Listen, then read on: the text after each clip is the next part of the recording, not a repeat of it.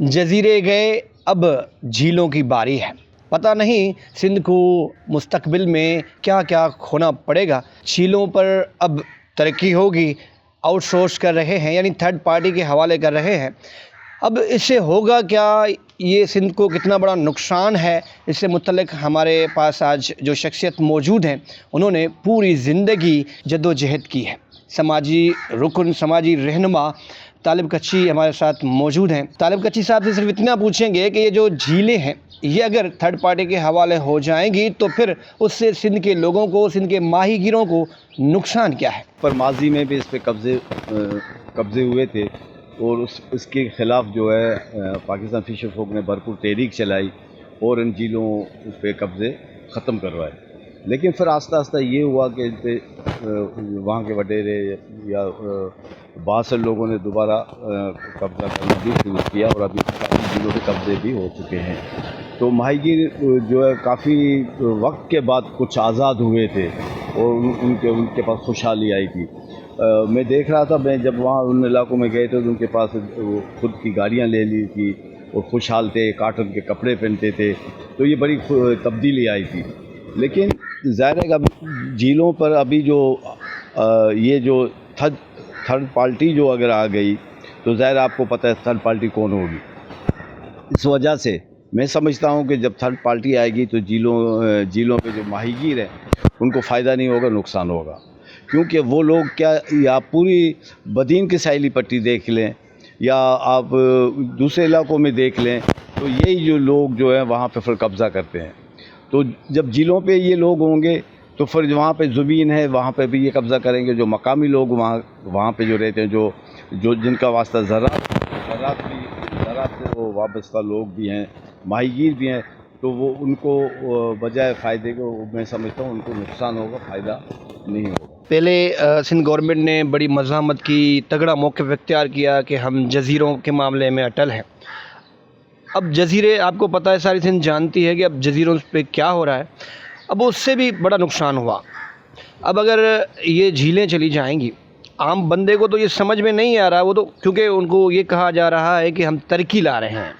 जब दूसरे ममालिक के लोग आएंगे सिक्योरिटी के नाम पर, आम बंदा जो है, आम शहरी, आम जो रिहायशी है, माहीगीर है, वो तो उसका जीना हराम हो जाएगा। तो कैसे, मतलब आम बंदा सर्वाइव कैसे करेगा। सिंध के जो मकामी लोग हैं या मकामी माहीगीर, उनको हमेशा तरक्की के नाम पर बेदखल किया गया है। आप गिजरी की मिसाल देख लें तो गिजरी एक माहीगीरों की बस्ती थी।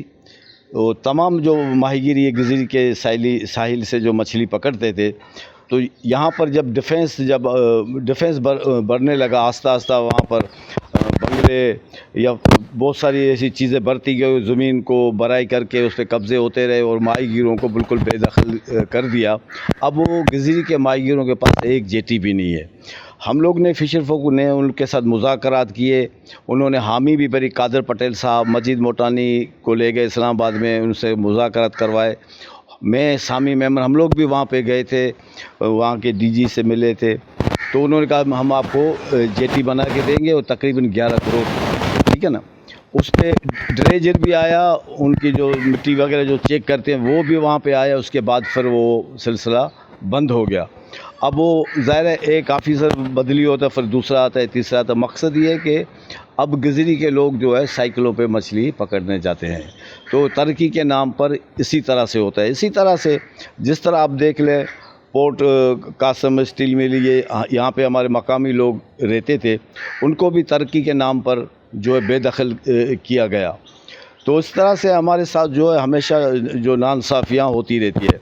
जिस तरह आप कह रहे हैं कि भाई जज़ीरों पे कब्ज़े के बारे में भी जो सोचा, मज़ामत की, उन काम तो कुछ रुकवाया, लेकिन अब भी कब्ज़े, मतलब डायरेक्ट भी कब्ज़ा है वहाँ पे। जो माहीगीर वहाँ पे किश्तियों में जाते हैं वो बताते रहते हैं, डिंगी भंडार जो वगैरह जो कुछ भी है।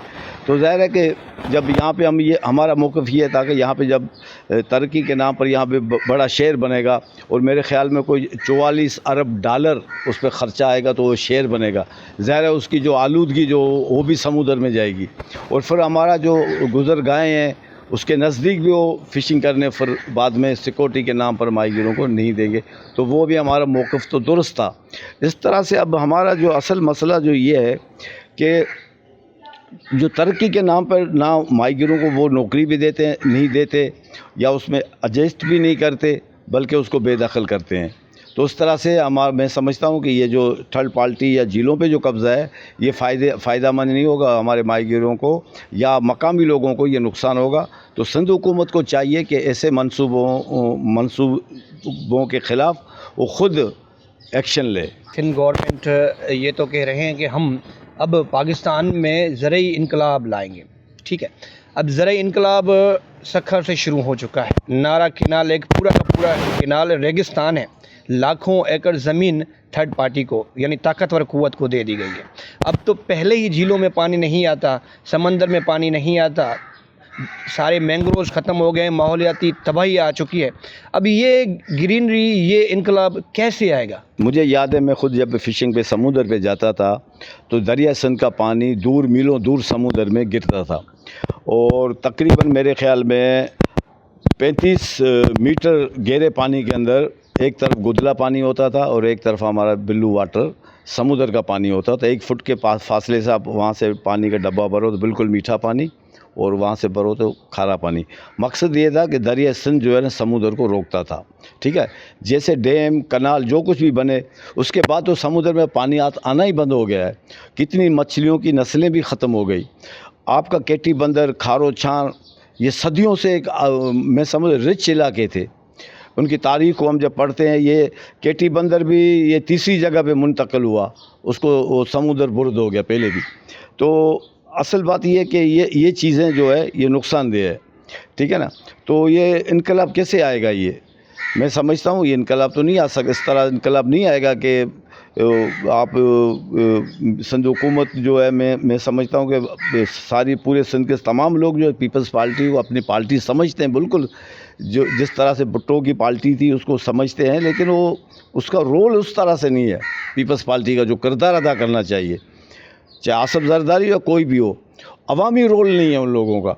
तो ये पीपल्स पार्टी को भी चाहिए कि वो अवामी पार्टी बने, लोगों के, अपने गरीब लोगों की बात करें, उनके हुकूक के लिए डट जाए। उस तरह नहीं हो रहा है। पीपल्स पार्टी माजी की पीपल्स पार्टी नज़र नहीं आ रही है। बेरिया टाउन बन गया, DHA बन गया, DHA 2 बन गया, अब DHA 3 के लिए 6000 एकड़ ज़मीन मांगी गई है हाक्स पे।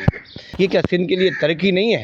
आम बंदों के लिए ये तरक्की नहीं है? सूबे के साइड पे 6000 एकड़ ज़मीन बहुत बड़ी होती है, ठीक है ना।